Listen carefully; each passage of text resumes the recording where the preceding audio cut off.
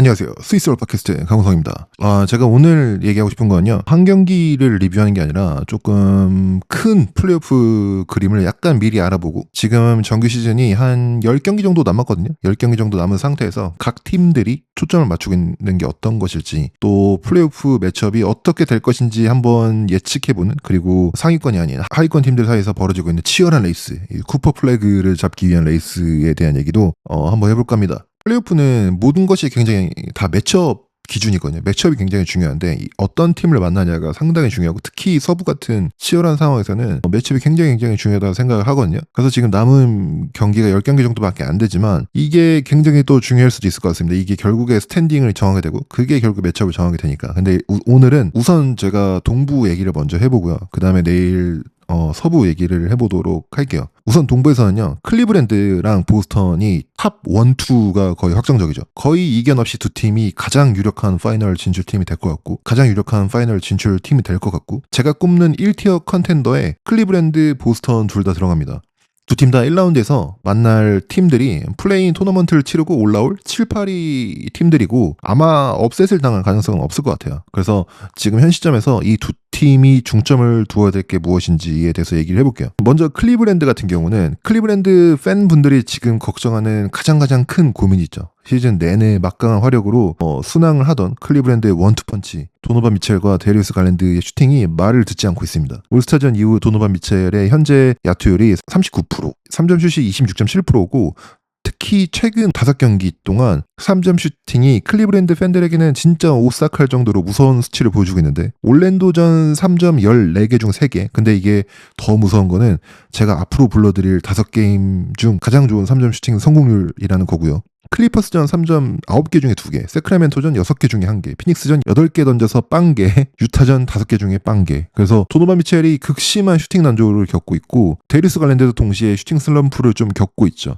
올스타 브레이크 이후 데리우스 갈랜드의 야투율이 38.6%, 3점이 31.1%. 클리브랜드의 이 두 선수가 슈팅이 돌아오지 않으면 사실상 4번의 플레이오프 시리즈를 이기고 우승한다는 거는 어렵죠. 근데 제가 참고로 제가 뽑는 티어 1 컨텐더는 보스턴, OKC, 클리브랜드입니다. 이 1티어 컨텐더에 있는 팀들은 사실상 큰 약점이 없는 팀들이에요. 클리브랜드도 두드러지게 큰 약점이 있는 팀은 아니거든요. 그렇기 때문에 제가 지금 클리브랜드나 혹은 1티어에 있는 팀들에게 뭔가 불안한 점이 있다고 하는 거는 이게 진짜 큰 불안은 아니지만 굳이 트집을 잡자면 그런 점이 있다 정도예요. 그래서 어쨌든 지금 현재 클리브랜드는 도노반 미첼, 데리우스 갈랜드의 슈팅 난조를 극복하면서 리듬을 찾고 플레이오프에 들어갈 수 있을 것인가 가 관건일 것 같고요. 클리브랜드가 시즌 내내 리그 최고의 팀 중 하나였고 언제나 항상 플레이오프에서 기대보다 성적을 못 냈는데 이번이 증명할 기회죠. 그런데 이런 증명을 하려면 저는 특히 동부는 보스턴이라는 렌즈를 통해서 이 동부 전체 팀들을 보거든요. 클리브랜드가 올 시즌 내내 보스턴보다 성적이 좋았지만 저는 여전히 보스턴이 가장 위험하고 클리브랜드보다도 보스턴이 파이널에 진출할 가능성이 높다고 보거든요. 클리브랜드는 여전히 정규 시즌에서 증명해야 될 것이 있는 팀이고 왜냐하면 지난 시즌도 플레이오프에 탈락을 했고 정규 시즌 성적도 완전히 탑티어 팀은 아니었고 감독도 이번 시즌 들어오면서 바뀌었고 그렇기 때문에 클리브랜드는 정규 시즌을 잘 보내면서 정규 시즌을 공략을 할 모티베이션이 좀 있었거든요. 반면에 보스턴은 지난 시즌 챔피언이었고 코어 멤버들은 그대로 이번 시즌 돌아왔고 그래서 이 선수들은 자기들이 어떤 선수인지 알고 우리가 어떤 팀인지 이미 잘 이해하고 있고 딱히 정규 시즌에 1위를 할 모티베이션이 없죠. 컨퍼런스 파이널에 가서 홈 어드밴테이지를 못 가져간다고 해서 그게 보스턴이 신경 쓰는 그런 수준의 팀이 아니거든요. 그리고 보스턴 입장에서 보면은 클리브랜드랑 매치업도 잘 되고 왜냐면 보스턴을 상대할 때 수비에서 약한 구멍이 있으면 보스턴이 집요하게 그 구멍을 공략하면서 경기를 하는데 클리브랜드는 그런 구멍이 너무 많거든요. 클리브랜드랑 매치업도 굉장히 잘 되는 보스턴이고 시즌 전적이 2대2지만 사실상 양팀 다 특히 보스턴이 풀 전력으로 붙었던 경기가 딱 한 번 있는데 그게 원정에서 클리브랜드를 보스턴이 박살을 냈거든요. 그러니까 저는 보스턴은 동부에서 이길 수 있는 팀이 사실상 없다고 생각을 하고 보스턴의 백투백 우승이 가장 유력하지 않을까 보고 있어요. 그리고 특히 이번 시즌에 제이슨 테이텀이 점점 완성형으로 거듭나고 있거든요. 2022년, 2023년 플레이오프에서 제이슨 테이텀이 플레이메이킹이 진짜 약했어요. 이게 테이텀의 약점으로 지적되는데 상대 커버리지 따라 정확한 패스 리드를 읽지 못하는 경우도 많았고 경기 막판의 경기 운영도 굉장히 약했고 이런 플레이메이킹이 좀 약점으로 지적되었는데 지난 시즌 2024년에 우승을 할 때는 제이슨 테이텀의 플레이메이킹이 완전히 원숙한 궤도에 오른 모습을 보여줬거든요. 훨씬 성숙한 경기 운영을 보여주면서 플레이메이킹의 약점을 굉장히 많이 극복한 모습을 보여줬는데 지난해의 문제는 테이텀의 슈팅이 말을 듣지 않았다는 거죠. 사실상 지난 플레이오프에서 제이슨 테이텀 커리어상 최악의 슈팅 퍼포먼스를 보여줬는데 이전에는 슈팅이 괜찮은데 플레이메이킹이 안 되고 지난 시즌은 플레이메이킹은 좋아졌는데 슈팅이 안 됐거든요. 그런데 이번 시즌의 제이슨 테이텀은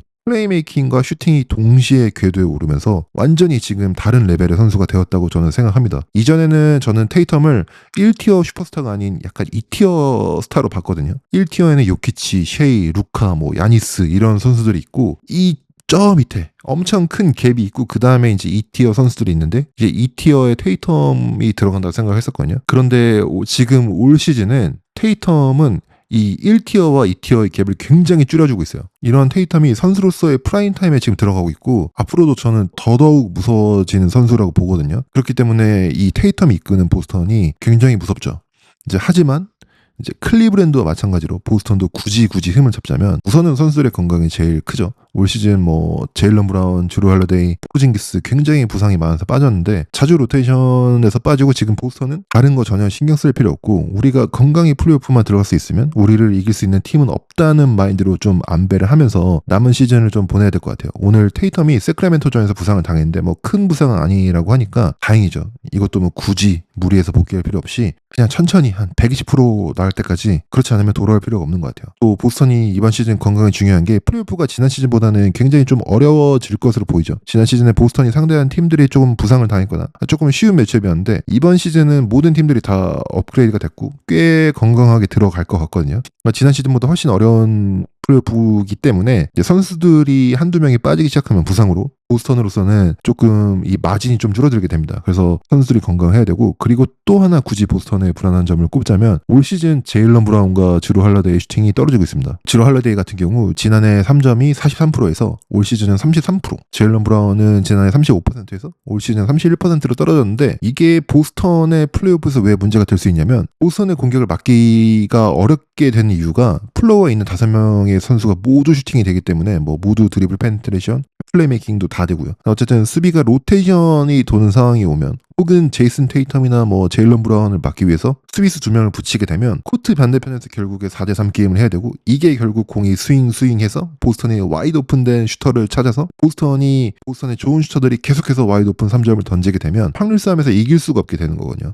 40%대 3점 슈터들이 계속해서 경기 내내 좋은 퀄리티 슛을 던지면 이길 수가 없습니다. 그래서 보스턴을 상대할 때 가장 해볼 만한 전략이 무조건 1대1로 막아내는 겁니다. 그래서 수비 로테이션을 돌지 않고 버텨내는 게 가장 좋은 방법이거든요. 그런데 이게 역시 좋은 프리미터 디펜더가 여러 명이 있는 팀이 아니면 이게 어렵고 결국에 포인트 오브 어택, 제이슨 테이텀이나 제일런 브라운에게 수비가 뚫리게 되고 수비가 뚫리게 되면 로테이션 도니까 그때부터 보스턴의 3점이 터지기 시작하면서 막기가 어려운 거거든요. 그런데 여기서 이제 제일런 브라운이나 주루 할러데이의 3점 슈팅이 올 시즌 효율이 떨어지는 게 어쩌면 지켜봐야 될 부분일지도 모르는 게 만약 보스턴을 상대한 팀들이 도박적인 수비 스킴을 가져가서 제일런 브라운이나 주루 할러데이를 막는 수비수를 완전히 이 선수들을 버리고 세깅을 하면서 오히려 페인트 쪽으로 수비를 강화하면 제이슨 테이텀이나 제일런 브라운의 돌파를 막기가 쉽게 되고 제일런 브라운이나 주루 할러데이에게 오픈 3점을 던지게 하는데 이 3점이 안 들어간다면 이게 보스턴한테 굉장히 골치 아픈 상황일 수 있죠. 제이슨 테이텀 같은 선수를 1대1로 막았어야 하는 상대 팀들이 이제는 2명이서 테이텀을 상대하게 되고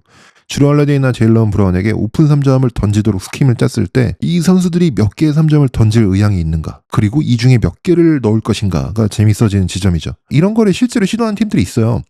지난 시즌인가? 골든스테이트가 보스턴 원정 가서 제일런 브라운 세깅하면서 제일런 브라운한테 3점 던지라고 해줬거든요. 그런데 제일런 브라운이 1쿼터부터 이 3점을 막 다 넣으면서 보스턴이 완전히 그냥 50점 차까지 막 경기 점수차를 벌리면서 골든스테이트를 완전히 박살낸 경기가 있거든요. 근데 이런 작전이 성공한 경기도 있어요. 여러분 이번 시즌에 멤피스가 보스턴 원정 가서 한 경기 보셨나요? 그 경기 기억 안 나시는 분들은 다시 가서 보시면요. 멤피스가 굉장히 흥미로운 플랜을 가지고 나왔습니다. 멤피스가 주루 할러데이를 완전히 세깅하면서 보스턴 상대로 승리를 가져갔거든요. 저는 개인적으로 플레이오프가 되면 많은 팀들이 최소한 이런 전략을 게임 뭐 한두 번은 시도해 볼 거라고 생각을 해요. 어차피 보스턴 상대로 정상적인 전략으로 플레이오프 경기를 해서 7경기 중에 4승을 하기는 쉽지 않거든요. 이런 약간 변칙적인 수비를 안 해볼 이유가 없죠. 그래서 이 두 명의 슈팅의 부진이 플레이오프에 가서 관전 포인트 중 하나가 저는 될 것 같다고 생각을 해요. 그리고 현재 동부가 지금 순위대로 플레이오프에 들어간다고 했을 때 1라운드 시리즈 중에 가장 재밌을 것 같은 시리즈가 바로 3위와 6위의 대결.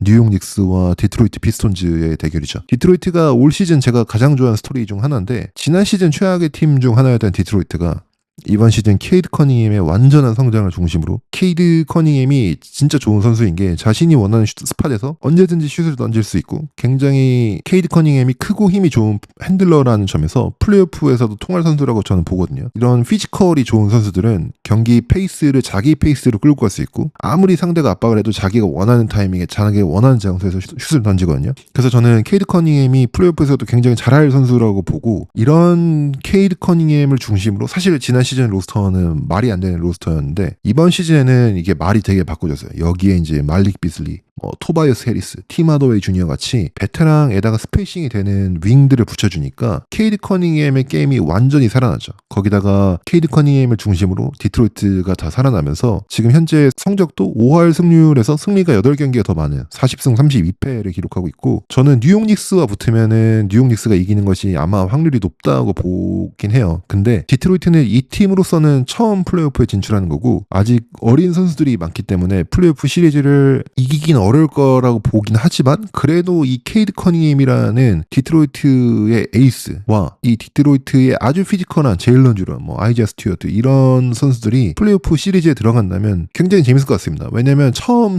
플레이오프에 가면 어떤 경기가 기다리고 있는지 이 선수들은 모른 채로 가는 거기 때문에 잃을 것도 없거든요. 굉장히 프리하게 플레이하고 굉장히 재밌게 플레이할 것 같습니다. 그래서 이 전 시리즈가, 이 뉴욕과 디트로이트 시리즈가 아주 저는 기대되고요. 특히 뉴욕 닉스 입장에서 보면은, 뉴욕 닉스는 1라운드 디트로이트를 잡는다고 해도 저는 2라운드부터가 문제라고 생각하거든요. 뉴욕 닉스가 2라운드 진출하게 되면 보스턴을 만나게 되는데, 이번 시즌 개막전을 비롯해서 보스턴과의 경기가 전패고요. 지는 것도 아주 큰 점수차로 계속 졌기 때문에 사실상 저는 뉴욕이 보스턴을 이길 가능성이 거의 없다고 생각하거든요. 보스턴은 아까 말씀드렸다시피 수비에서 구멍이 하나라도 있으면 막기가 어려운 팀인데, 올 시즌 보스턴이 뉴욕과의 경기에서 칼 앤서니 타운스 있으면 앤서니 타운스 불러서 스크린 액션을 끼고, 아니면 제일런 브론슨을 공략을 하거나, 이런 식으로 집요하게 원하는 수비수를 공략을 하면서 보스턴이 굉장히 좋은 퀄리티 슛을 마음껏 만들어내면서 뉴욕 닉스를 농락했거든요. 뉴욕은 수비에서는 어느 정도 실점을 허용하는, 그래도 중간 정도 수비는 하고, 공격에서는 막을 수 없는 막강한 화력을 보여주는 게 뉴욕의 사실 우승할 수 있는 청사진인데, 공격에서는 약간 그런 모습을 올 시즌에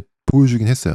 근데 수비가 굉장히 들쑥날쑥하면서 경기력이 좋지 못했고, 특히 강팀과의 경기에서 수비력이 너무 허점을 보이고 있거든요. 그래서 올 시즌 뉴욕이 승률 50% 이상 팀을 상대로 11승 17패고, 승률 50% 이상으로 11승밖에 못 거둔 팀들은 지금 서부의 플레이인도 완전히 벗어난 샌안토니오와 같은 수치거든요. 그리고 리그 탑 4 팀을 상대로 했을 때 0승 9패입니다. 그래서 뉴욕의 관건은 시즌 마지막 남은 구간 동안 제일런 브런슨이 돌아서 얼마나 폼을 끌어올리느냐, 그리고 수비를 그래도 리그 평균 정도는 할 수 있으면서 공격에서는 막을 수 없는 팀이 되느냐. 그래야 제 생각에는 뉴욕의 그나마 우승할 수 있는 찬스가 올라갈 것 같아요. 그리고 지금 보면은 4위와 5위도 재밌는데, 4위로 인디애나가 올라섰고 5위가 밀워키 벅스거든요. 이 두 팀의 라이벌리, 다 아시겠지만 지난해부터 두 팀이 NBA 컵에서도 만나고 인디애나가 밀워키를 탈락시키고, 정규 시즌에 야니스의 케인볼을 인디애나가 훔쳐가서 소란도 좀 있었고, 그리고 지난 시즌 플레이오프 1라운드에서 만나서 인디애나가 이겼죠. 이 두 팀이 서로 싫어해요. 그런데 또 두 팀이 만나게 생겼어요. 제 생각에 인디애나는 밀워키 벅스한테 상성이 좋습니다. 밀워키는 전체적으로 느린 팀이라서 이 풋스피드가 빠른 팀한테 굉장히 약한 경향이 있는데, 인디애나가 굉장히 빠른 팀이죠. 할리버튼을 시작으로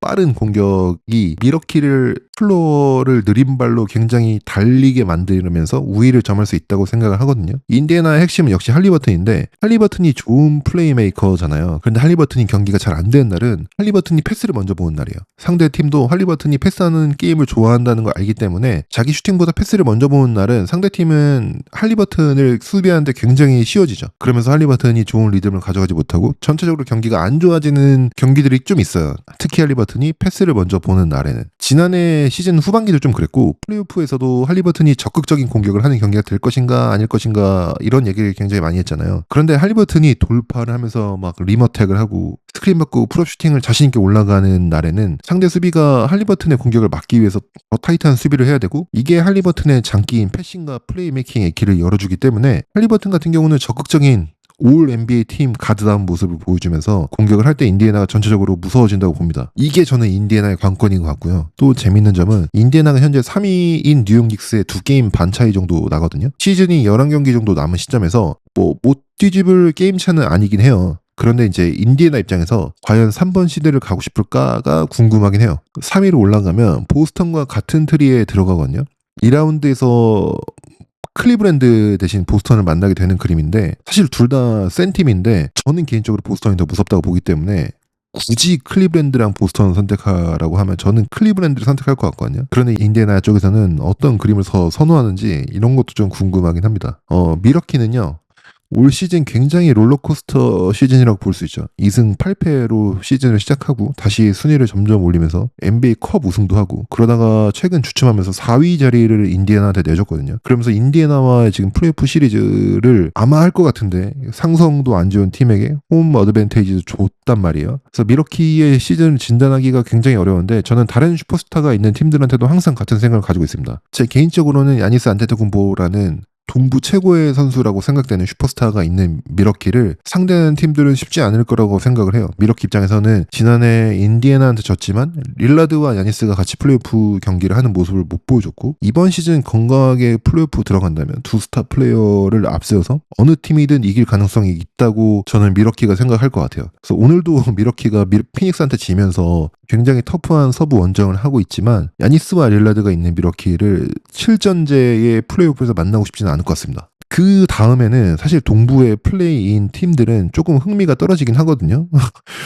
이 어떤 팀들도 동부 컨퍼런스 파이널까지 가는 그림이 잘 안 그려져요. 예를 들어 서부를 보면은 미네소타가 지금 플레이인에 있긴 하지만 일단 미네소타는 굉장히 피지컬한 경기를 할 수 있는 환경에서 더 잘하는 팀이고 그렇기 때문에 플레이오프 가면 더 무서운 팀이라고 생각을 되고 미네소타도 매치업만 잘 만난다면 서부 컨퍼런스 파이널까지 진출하는 그림이 저는 그려지거든요. 클리퍼스도 마찬가지로 시즌 내내 레너드 없이 경기를 치러왔고 이제 레너드가 복귀해서 슬슬 폼을 찾아가고 있는데 클리퍼스도 어떤 시리즈를 하던 우리가 이길 수 있다라고 생각을 할 것 같거든요. 그런데 약간 동부 플레이인 팀들은 그런 그림이 좀 잘 안 그려져요. 애틀랜타나 올랜도 정도가 올라가면 그나마 좀 흥미로운 시리즈를 보여주긴 하겠지만 그렇다고 이 팀들이 뭐 컨퍼런스 파이널까지 갈 것 같지 않아서 저는 이 정도로 언급하고 넘어갈게요. 저는 이것보다 동부에서 재밌는 건 이번에 다가오는 루키 드래프트에 굉장히 좋은 신인들이 많이 포진되어 있는데 역시 그 중에서도 듀크 대학의 쿠퍼 플래그가 지금 리그의 관심사 중 하나죠. 이 쿠퍼 플래그를 드래프트하기 위해서 탱킹을 하고 있는 뭐 탱킹의 대장팀들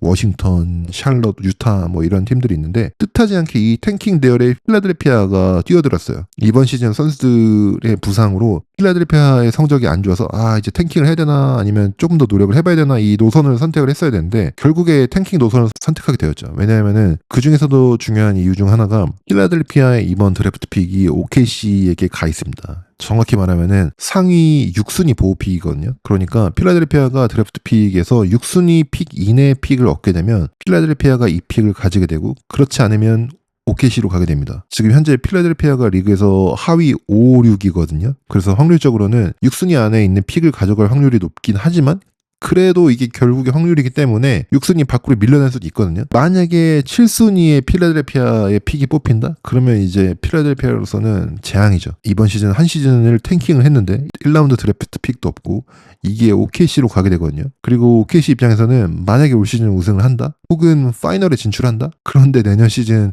좋은 신인이 우글우글한 드래프트 클래스에서 7번 픽을 가져간다? 그러니까 서부 1위 팀이 7번 픽으로 신인을 더한다? 이러면 굉장히 아주 무서운 그림이 될 것 같거든요. 그래서 저는 이 플래그 레이스도 굉장히 관심 있게 지켜보고 있습니다. 오늘은 대략적으로 동부 팀들에 관한 얘기를 했고요. 저는 조만간 빠르게 서부 팀들 얘기로 다시 돌아오도록 하겠습니다. 오늘도 시청해주시고 들어주셔서 감사합니다.